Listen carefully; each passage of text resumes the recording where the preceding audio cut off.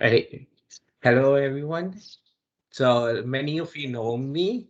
My name is Mickey. I'll be doing the session on KIT with support of Couple. Couple, do you want to say hi for a second?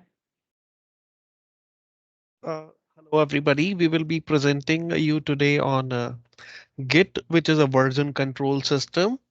Uh, Please stay tuned, and Mickey will be taking up the presentation. If you have any question answer or need any resources, we can talk about this in end. Thank you. All right. Thank you, Couple. You guys can see the presentation, correct? Yes, I can see the presentation. All right. So if you guys don't know me, it's a little bit about me. So it's a picture of me. My background, I started with accounting in Sheldon. Then I moved into then I moved in more into data science and Python's area. And I recently graduated from University of Toronto with AI. My background is more in the finance background, and the, the next level project is just my freelancer project where I help with personal plant for so if individuals who need help with personal planting, regardless of what field industry they are. And in my spare time, I just like code here and there. And at the top right, you'll see like my header for my LinkedIn account, which run all the technologies that I work with. And then at the bottom, that's all my social media connect. If you want to connect with me, right?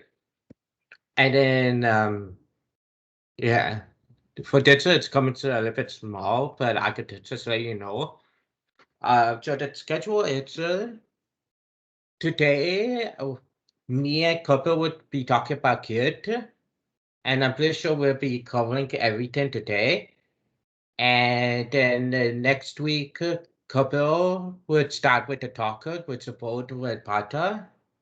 And then for 2 weeks around, 2, 3 weeks, and then we're going to turn to API, which one Pata is going to take the lead and support by couple.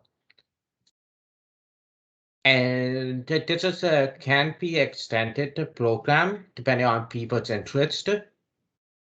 If they need like any technology learning for their projects or anything, we can always extend it. Any questions before I go on to get? Yeah, awesome. Great to hear. I wanted to ask, since you're offering, can we add maybe a framework for the front end, like Angular or React? Yeah, you could just send a request to me offline, and then I'll look at it after Great, these ones are done.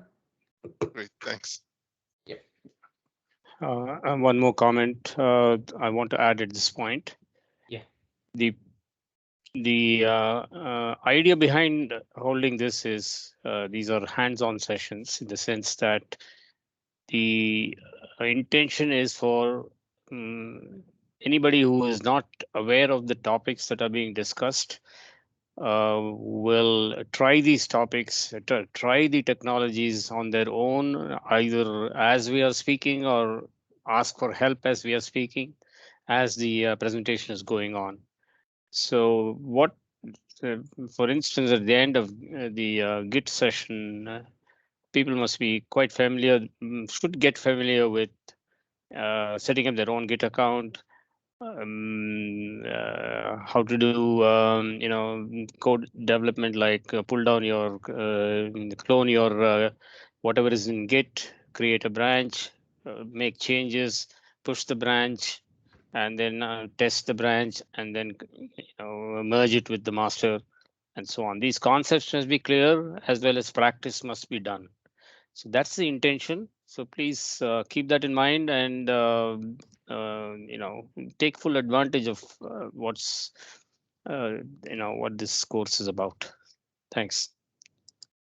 All right, thank you. So let's get started with GIT. So I could start off with GIT, then we'll go to GIT clone, then GIT push, then GIT pull, and then lastly GIT fork. And then at the very last, I believe I have one more slide after that.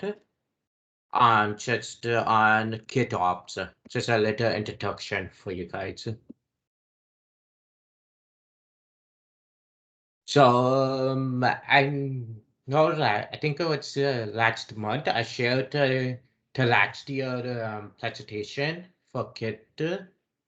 So I'm not going to go in much details around it.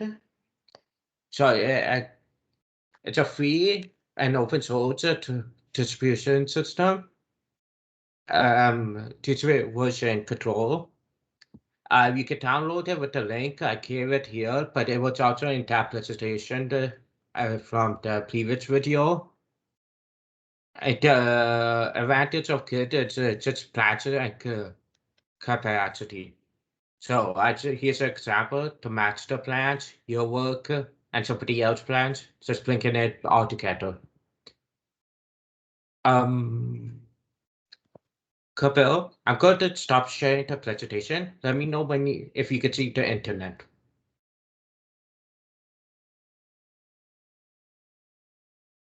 Can you confirm you see my Chrome? Yes, we can see your screen. Okay. So I'm not going to download it, but because I already have Git on my system, but you can download Git right here just by clicking it, and then it will download. But I'm not going to do the installation because I already have it. Another tool will be GitHub Desktop, which I already have, but it's another tool you can use.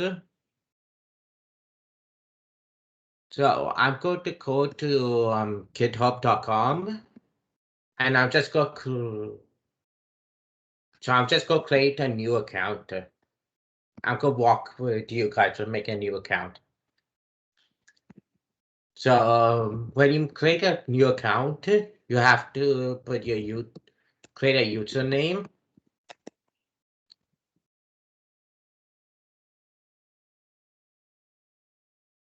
And then you have to put your email.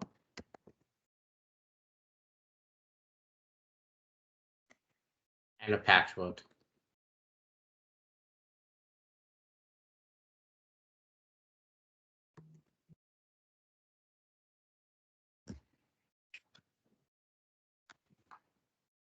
And then you have the security.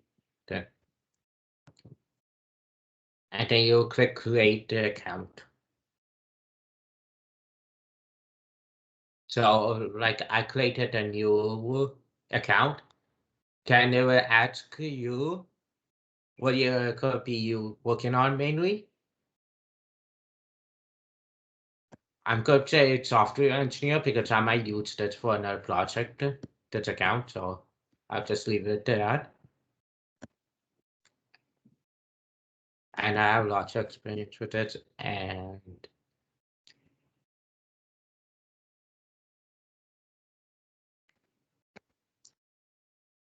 maybe for the whole project. And then I mainly do Python, but if you use another language, you can also write over here. And then you just click setup. Mickey, I don't know how the questions are set up. Do you want us to ask you a question at the end, or can I just ask a question? You can act now. Yeah, I just had a quick question about, you showed us the Git download and then you showed us the desktop. Do we have to have both? Because I have the desktop one. Do I need the Git too? So Git is the one which one you should have. Git Desktop, it's just like sort of like a tool you can use. So do I have to have the Git then, or no? You should have the Git. So I have to have GitHub desktop, both of them. No, no, Yes. Git is definitely required. So the Git SCM download you have must have. Git desktop is just a user interface. Okay. It's a sort of a client tool. I believe both of them. I've never used this Git desktop. So Git desktop most likely also contains Git. So the download will have Git also. Yeah. But you can just go with Git SCM. That will. Okay. Yeah. Yeah. Okay. Thank you. This is how a Git desktop looks like. So you can add the reports. This one's connected to my personal one. And then you can view the branches. You can push and pull the branches. If you want to put a new branch, it's all here. Okay. Let me just verify the email. Okay. All right. So then the emails verified. All right. I'm going to stop for a minute or two. So if you have any more questions or if you want to test it out, you can go ahead. Then we'll go back to the presentation and talk a little bit about Git clone. So I want to add to the previous question asked by Elizabeth. I'm not sure who asked. Am I audible? Yeah, you go ahead. Okay, so basically why we have Git and GitHub. Git is basically a version control software that you will come to know, like to maintain different versions of the same software. We need some versioning control system, and Git is one of the system which is developed by Linus Torvald, and he's the person who developed Linux operating system in 1980s.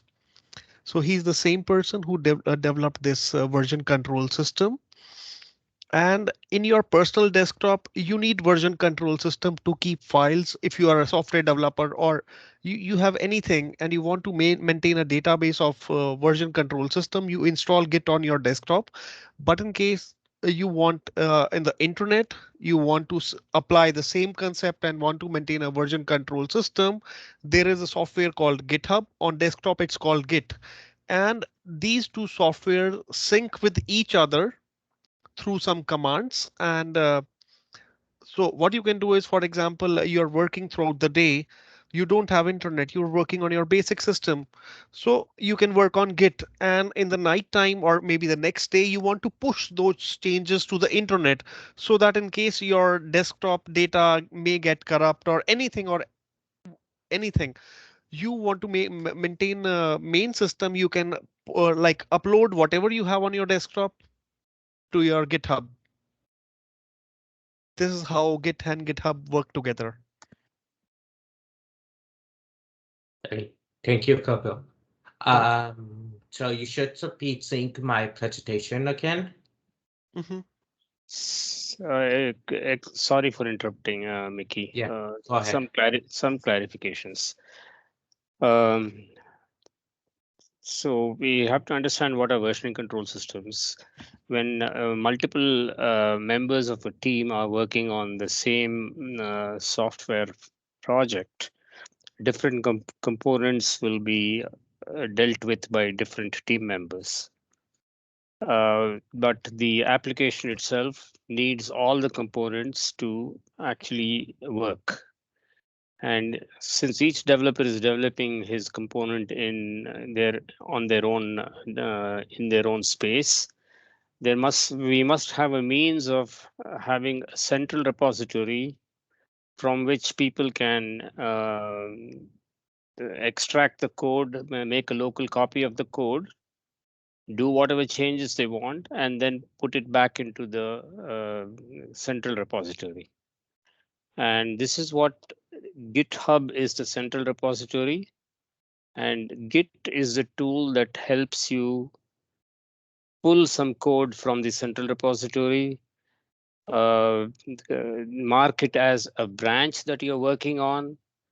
And then when you're finished working with it and you want to push it back into the central repository, you do a push back into it. The central repository still maintains it as a separate branch. And then you have to do a separate step to merge it with the master, with the main branch. So that is how Git and GitHub work together. So it is a distributed version control system. And that is how it's very necessary to understand this when you're working together as a team on one project on different components, or even on the same component. Two team members may be working on the same component. Member A has, let's say, Elizabeth. Elizabeth has a branch called Liz's branch, and Greg has another branch called Greg's branch. They both are working on the same piece of code. They are both making in changes, and then they check it in, and then you do a merge. The merge will find out if there are any conflicts between these two different changes that Greg and Liz have made, and then you resolve those changes, resolve those conflicts, and then it gets merged into the main. Okay, you can go ahead, Mickey. Thanks. All right, thank you, Carter. So now we're gonna go to Git clone.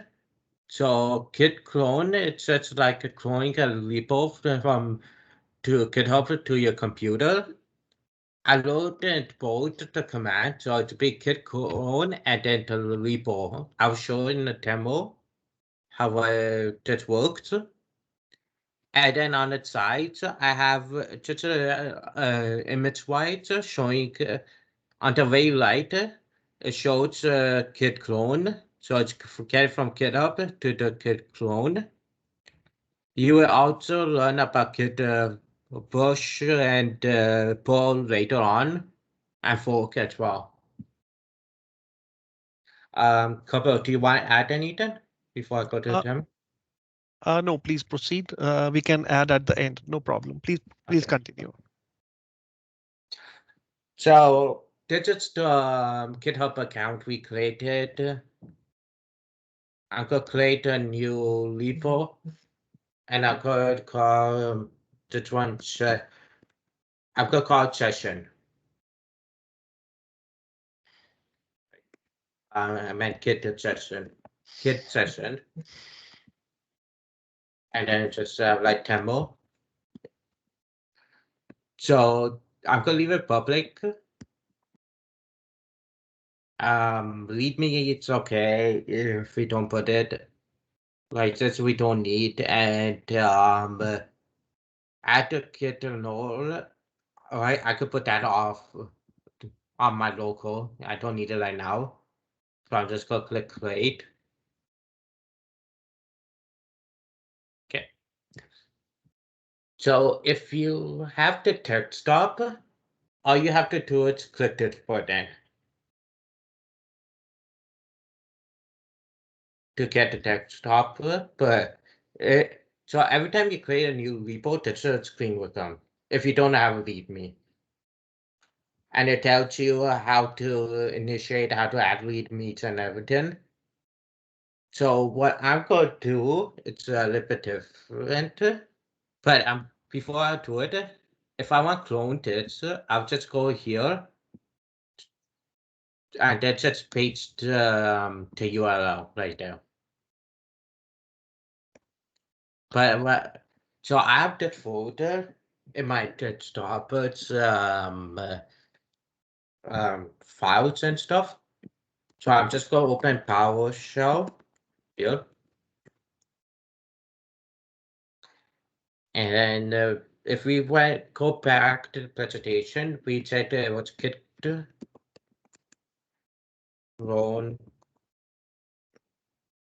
and the repo name. So it will be just that clone and then copy that. And then enter. Yeah, and then it will give a warning because it's not in the repo right now. But that's how you clone. And then if I go back here, you could see it's right here. the Git sessions folder, and it's empty because I have nothing in it. Right. Any questions? Or if Kapil or Pata want to add anything? Nothing, please proceed. Nothing. I just wanted. I just have one question for the people who are new to Git. Are you more comfortable with the command line? Are you more comfortable with the Windows command shell, or are you more comfortable with the PowerShell?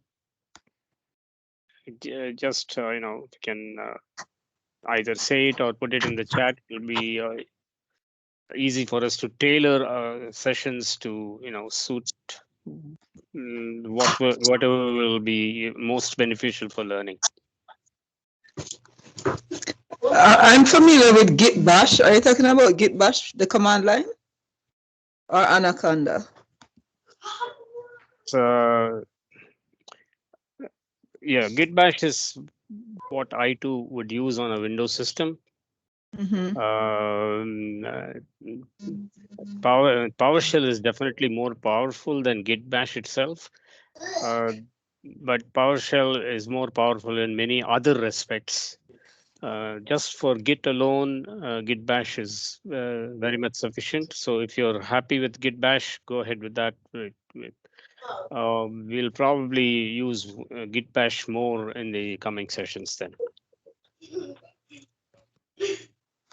Okay. But whatever your commands are being done in the PowerShell, you can do the same commands can work in the Git Bash also. Isn't there a GitHub desktop that can do all this though? There are many tools that can do all of this within one IDE itself, one graphical interface itself. You set up something like Visual Studio Code or IntelliJ or PyCharm, whichever language you're developing in, you would like to go with something that supports that language the best. So if you're developing in Python, you would go with probably PyCharm. If you are mostly developing in Java, it will be IntelliJ but IntelliJ can also be used for Python. Similarly, PyCharm can also be used for Java. Visual Studio Code can be used again for everything. And so it depends on your choice of what graphical tool you want to use. Whichever one, all of them will support Git. You can do all the Git commands within the interface itself. You can open a small shell within the interface, a terminal shell, and continue with issuing the commands inside that IDE itself rather than go outside the IDE and into a command shell, into a Git Bash or PowerShell or command shell or whatever. So it's your choice, whether you understand that everything is doing the same things and you're working with the same a directory in which you have cloned your remote GitHub source, and you're working with that. Whichever way you interact with that particular cloned repository is going to be the same. And it will reflect immediately. If you do something, if you go into your Git Bash, go into the directory, change a file, you come back to your IDE, the file will already have been changed. You will see the changes reflected in your IDE also. If you do a Git push in your IDE, if you go back to your Git Bash and do a Git status, you will see that the push has already been done. So Git manages everything because there's only one copy of Git on your on your system. How you which way you invoke the Git command, you can invoke it in Git Bash, you can invoke it in PowerShell, you can invoke it within your IDE. It doesn't matter. The Git command is still one, and your all of these ways of issuing the Git command against a particular cloned repo that you're working with still affects the same thing. I hope that answered some of your questions. I don't know. Yeah, that's good. Okay. Sorry, Mickey, please go ahead. Yeah, no worries. So we're going to move to Git push. So let's say if I change something on my computer. So you know how we cloned Lipo? So we have our files, we're working on it, and then I want to publish the code I worked on onto Lipo. So how we would do that is by Git push. So there's lots of things with the Git push you could do with, depending on the plans you want to push it. If you want plans, push all of your, and also if you want, if there's a tag, push tag. But but the command for that would be just git push. Usually, I'm gonna show you in a demo how to do that. And again, in the images you can see, or on the very right, you would see your local computer, and then you would push the code back to the central repo. So in ours will be Git sessions. So I'm gonna make a file and then push it to Git repo. A Git session, my bad. Copper, do you want to add anything before I move Please to them? proceed. Yeah. Yeah. Okay.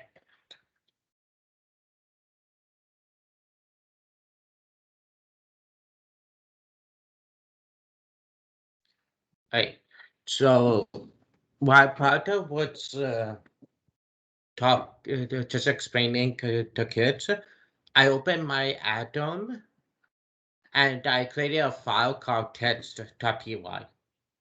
I usually code in Python, but you can also code in HTML, CSS. I'll show both in a second. So I'm just going to, for the text one, I'm just going to say print. And it's just going to say text. That's all. And then let's say I make a new file.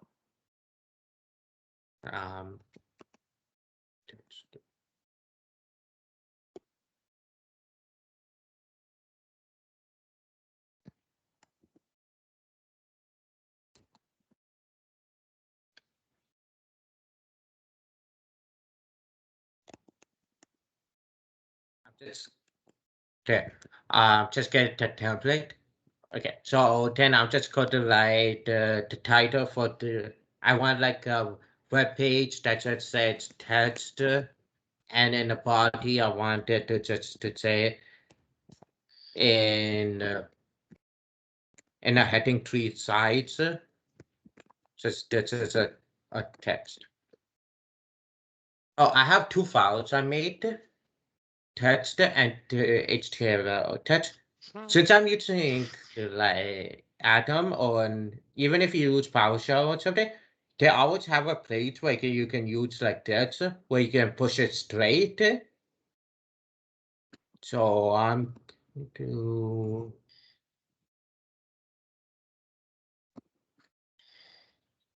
to only push it to the PI file, so the Python file right now. I push it so you can see it like this as well. And then you just commit. And then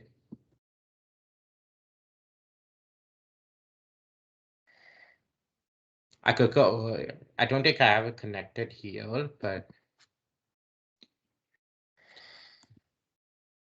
you can also push over there.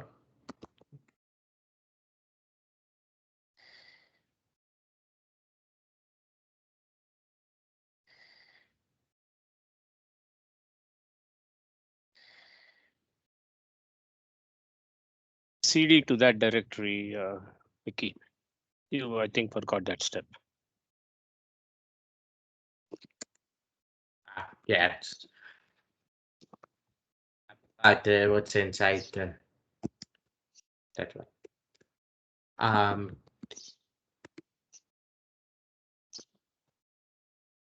think it push.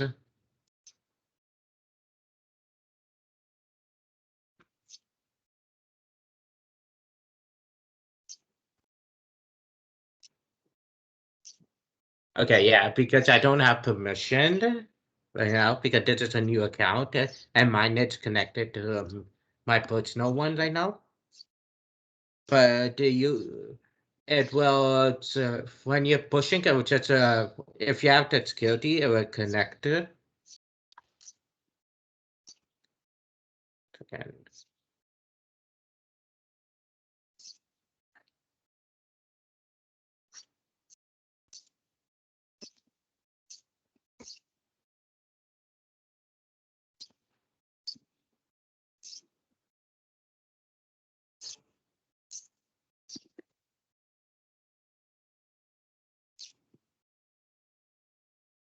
Okay, yeah, but the command will be the such git push and then all.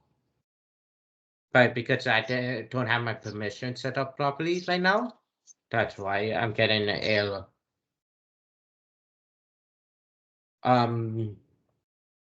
Pata, you want to add anything?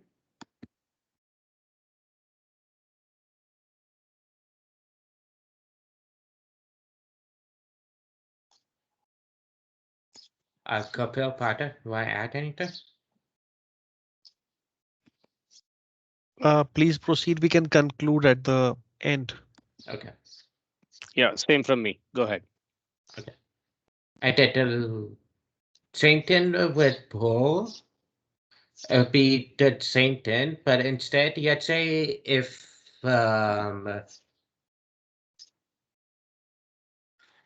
so Pull it's the let's say if you have a team member working on the same thing, it's saying like repo and everything project. And that they made changes, but your version on your computer is not the same. You will do git pull, and then it will update your version as well. And then since there's nobody working on the repo right now, so I'm probably not going to do a demo for this, but just to show you in the image, if you look at the very first image one, you have the central repo, and then you have somebody else's like files, and then you would just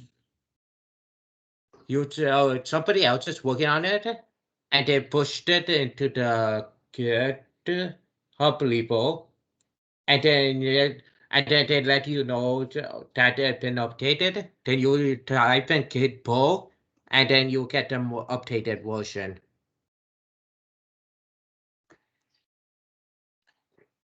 And then the next one is git fork, which one it's just like copying the whole repo.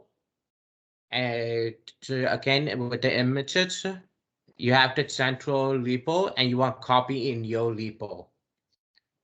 So before I show the demo for this, I just want to share the last slide so we can be done with the presentations. So the last slide is more like on GitOps, which is starting to be a big thing. And maybe Pata, you can talk about it a few minutes as well at the end.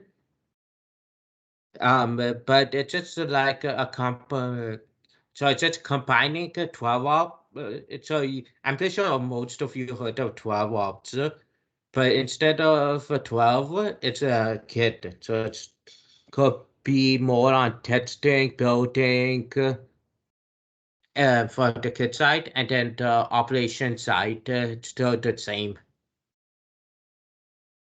And it's supposed to, it's like new. I believe it's very new right now, but it's growing a lot.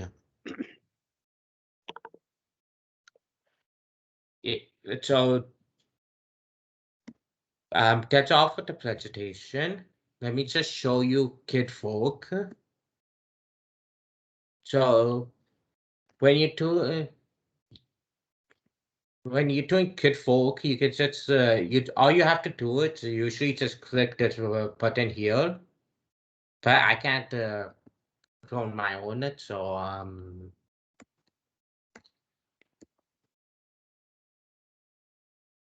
just go into my private, my own personal one.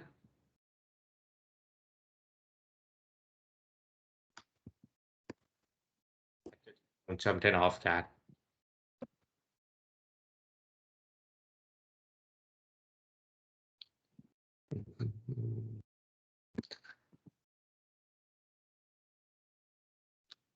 All right, I have yeah, so I have this one, which one's just like a Tichenko website talk on Hertoku, just a website of me. I want to focus into this. I just click here and just let it load, and then that's all. So you see how I have the GitHub username, Mickey's project, and I forked it whole repo, and then it says forked from my personal one.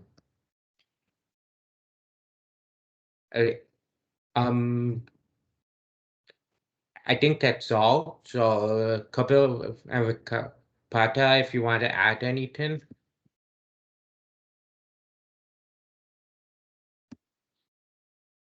Yeah, I'd ask our the others if they have any questions, whether they want to see anything specifically that they would like to see a demo of, then we can actually, do something more.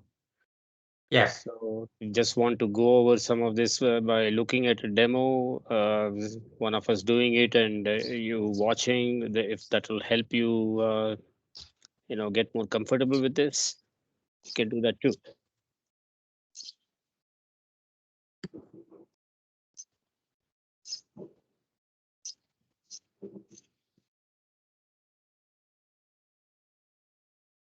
Thanks, Mickey.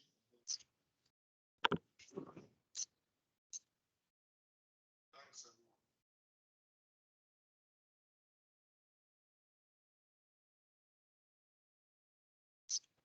Can you hear me? Yeah, we can hear you. Yeah. Okay, I wanted to thank you, everyone, Carpio, Mickey, for the presentation and Pata. We really do appreciate this. Thank you. Yeah, You're welcome. no problem.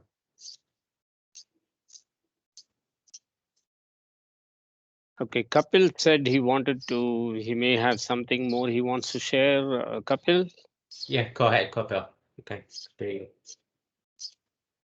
One person already left. I can share one of my old presentations, and I will try to make this a recap of whatever we did in 5 to 10 minutes. Is that okay? Yeah, go ahead. Thank you. Let me share.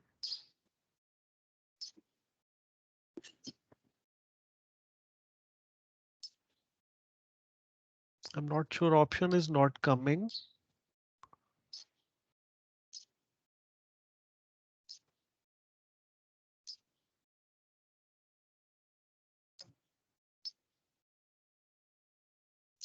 Okay.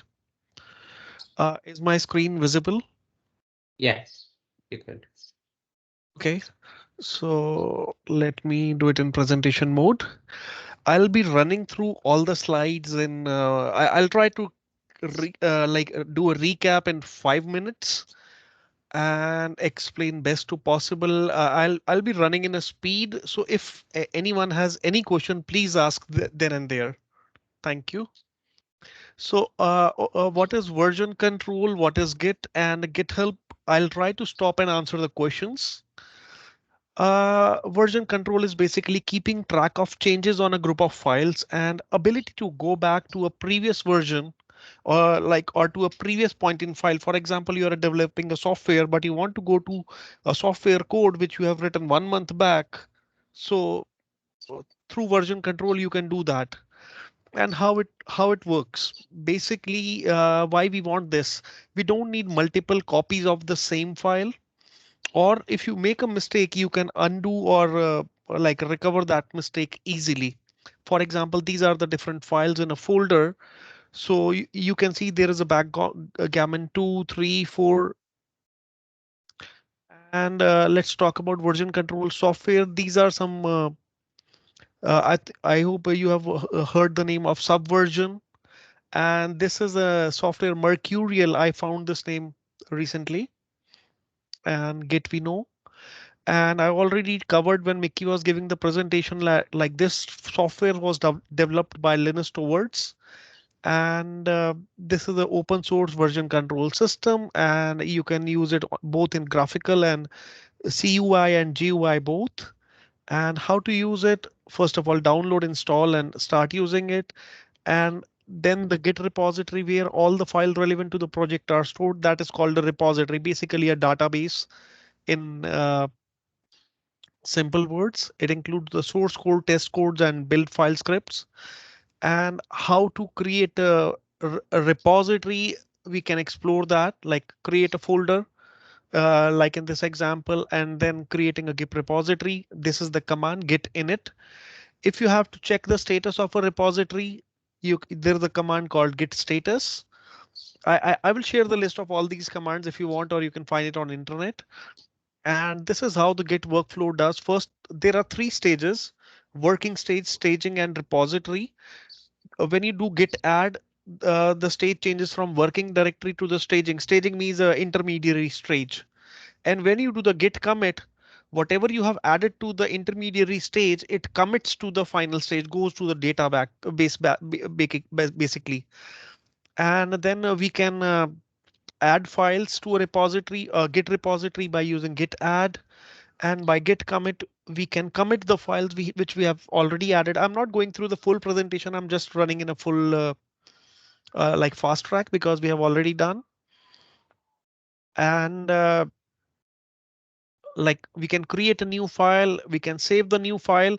If that is added to the database, it will be green. If it's not added to the database, it will show as red, like here it is shopping list.txt. And then committing a message. Committing basically, I hope committing basically is making checkpoints in the database. At every time you commit, it creates a kind of checkpoints within the database, the entire Git repository, and you can easily track. And you can also add messages to the commit. Like for example, if you want to write this is commit number 5.1, this is commit number 7.2, Git allows you to that capability to do commit. And again, this is the working flow, like Git workflow. The difference is there, the upper arrow is edit a file. So like committing a file to a repository is a 2-stage process. First we add and then commit. But when we get into the Git, we need to edit the files also which are already committed.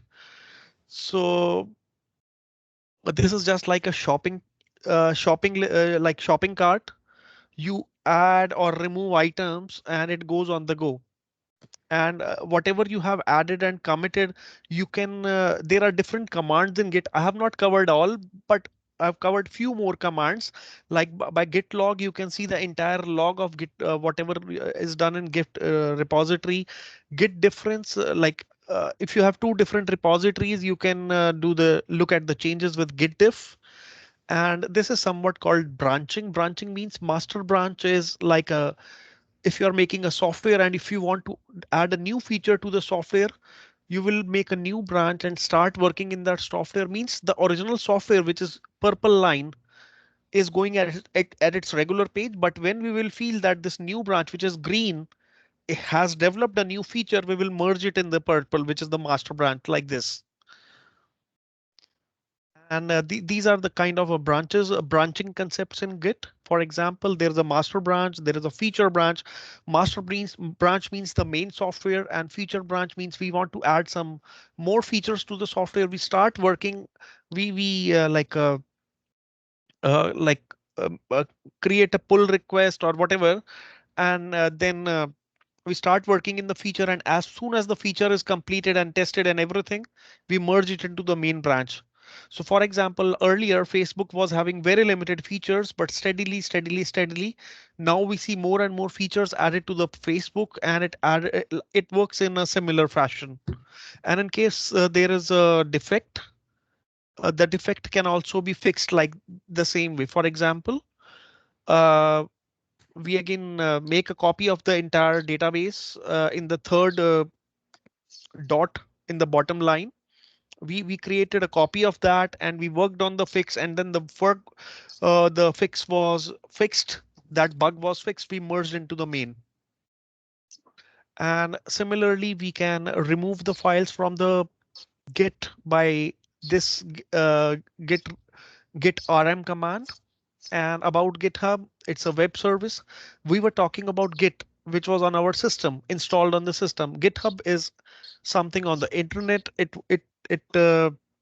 Like it's something like dealing with web service and collecting your local repository to a remote repository. And these are some commands like git remote, add original, whatever. So if you want to learn more about the GitHub, it promotes collaboration, can even interact with other people works.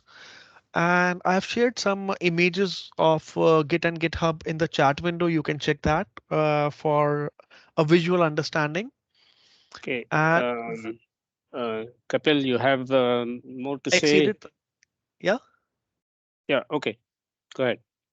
Yeah, hardly. So git clone, git push, git pull, Mickey has covered this. And this is the basically Git workflow. These are three systems, A, B, and C, Alice, Brad, and Charlie. These three people have their three different systems. And in every system, Git is installed means they have a local repository, they have a staging index, and they have a working repository. But because these three programmers are working together, so every day they do the push and pull, means when they do the push, whatever changes they have made are merged into the remote repository, and they do the pull means if anybody else has made a push on the remote repository, they are able to pull, and these three people together are developing a software or anything like that. Okay. And should you use GitHub? Yes, I'm not reading that, and there are some resources Mickey has already shared, and that's all. Thank you very much. Yeah. I would like to actually show you how this the GitHub itself and what things you can see on the GitHub. Okay, you just give me a couple of minutes. Let me share my screen and let me share my. While you're doing that, I just want to add one note. Last year, GitHub changed from master to main. There was something for reference for its slavery and all that. They changed it last year. So GitHub.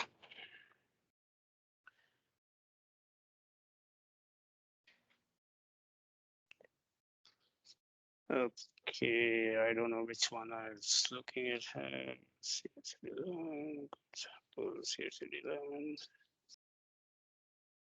So you got, and I don't have any branches in this here, so that's not the repository I want to look at.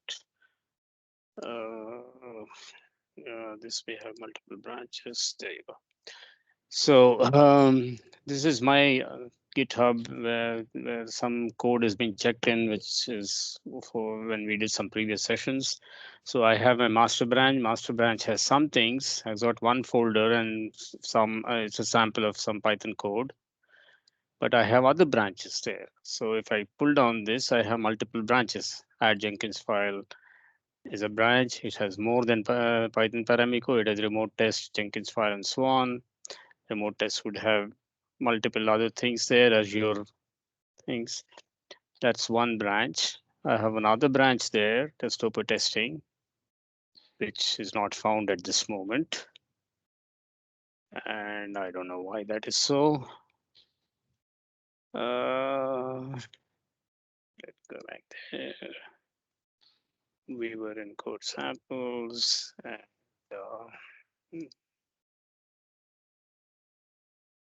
yeah, so you got more folders there, more stuff that is going on there.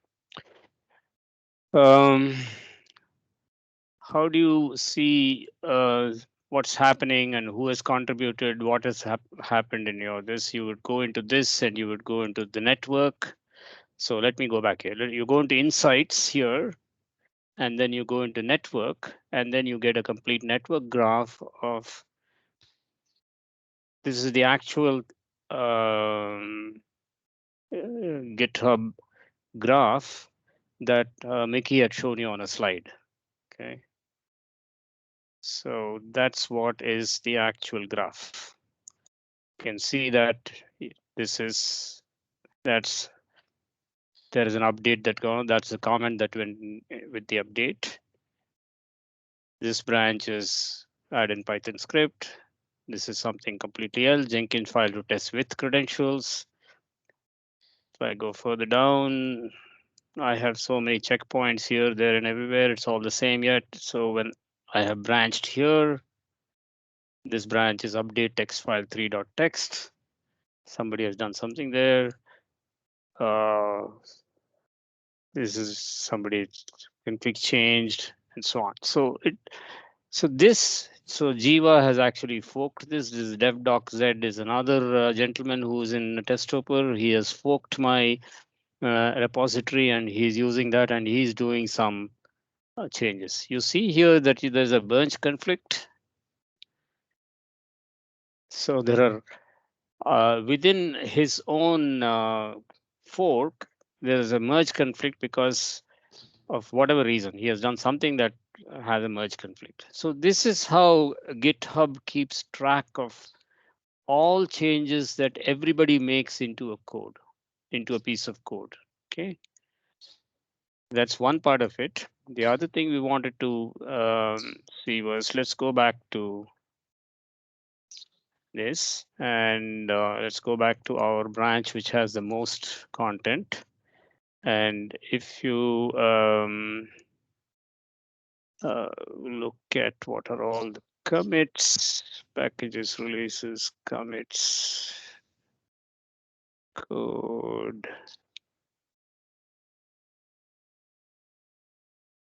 "105 commits have happened into this. If you look at each commit has, this is the commit tag. This is called the commit tag. Okay, so every commit has a completely different tag. So if I want to go back to something that a version of the code that was 1 year back, or let's say a month or 3 months back. So this was on March 2. I can go all October 25th, 2020. I can go to this, fetch this tag, clone this tag, and get the version of the code that was on that date, on October 25th of last year. And you can go back to, the largest is going is that's when this was repo was created. You can even go back older. So you're getting all the October, maybe even older, you can go. So it stores. So GitHub is storing every one of your commits with a separate tag, which you can get to. You can get to the tag and you can actually see what was committed. So you can, so it shows you one changed file. This was what was added to this file, and this is the commit. So you can actually pull this commit down and you can continue to work with that, saying that if somebody made a mistake, so we need to go back to code that was 6 months back and then proceed from there again. You can do that too. So we saw two things here. We saw the tagging that happens with every this. So that's the full version of the tag. GitHub normally is happy with just the first 6 digits like that. So that's what will is when you look at all commits, that's what you will see. You will see 6 digits there, 1, 2, 3, 4, 5, 6, 7 digits. So the first 7 digits are enough for this. So I just wanted to share with you that it's not just on the things on a slide. This is actually what you can see in GitHub in your repository as you continue to work with it.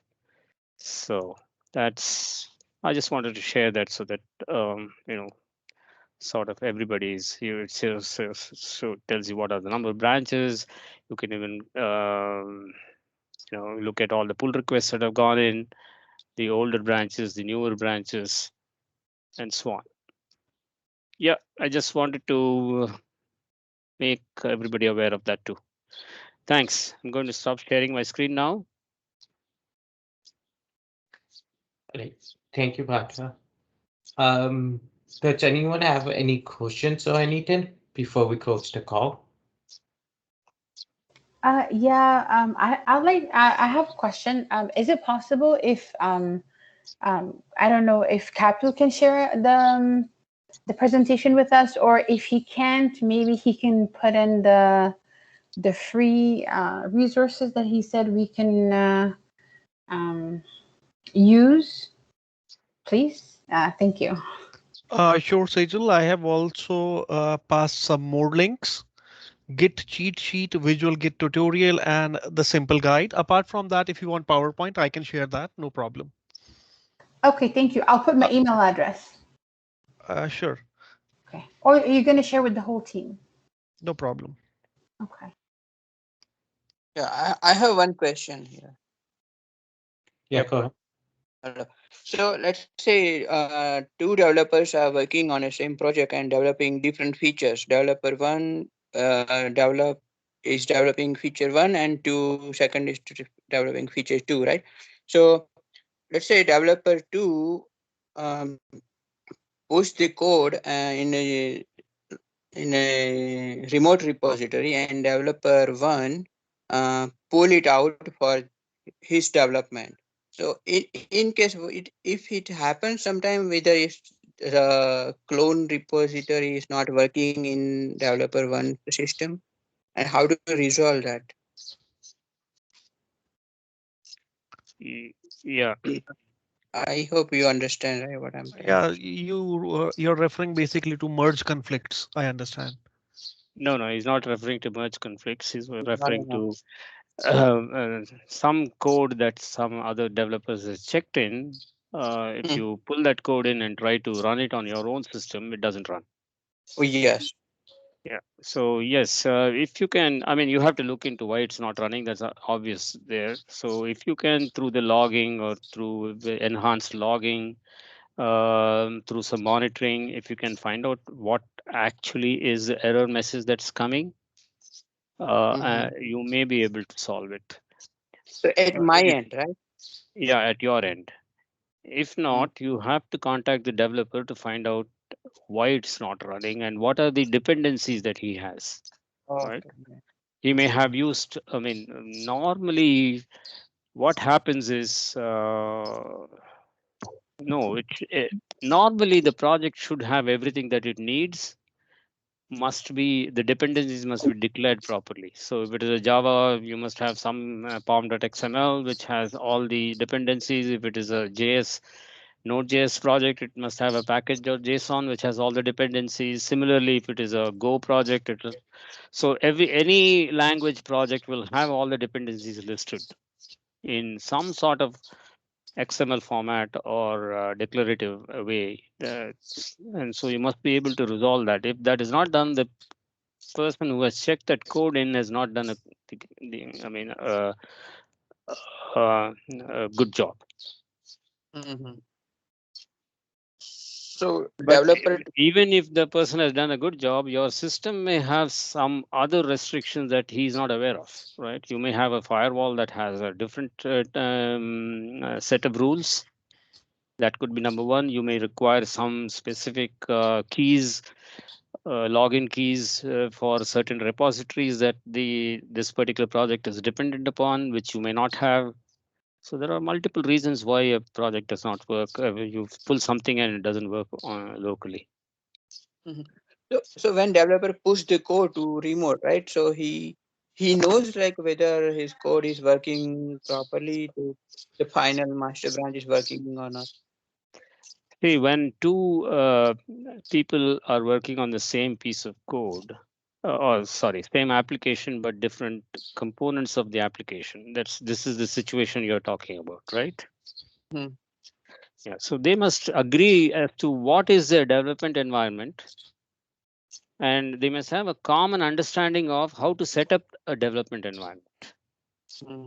Okay, in any team, in any company, if you're working, if there is a developer's setup page. So as soon as you join the company, a development team, you're given that setup page. They tell this is what you have to prepare your laptop with. So you have to say, I mean, they have to tell you there, you have to install this, you have to install that, you have to install the other, you have to pull in these certificates from these different websites, install them on your computer, you have to set up these proxies. Only after all that is done will your development environment be up and running. Right? So they must have a common understanding of what local system setup must look like. So that is what is missing in this particular case, where you two people are working on the same project, but one is not able to pull down the code of the other and install it and make it run on his system. Your development environments have drifted apart. Yeah, probably.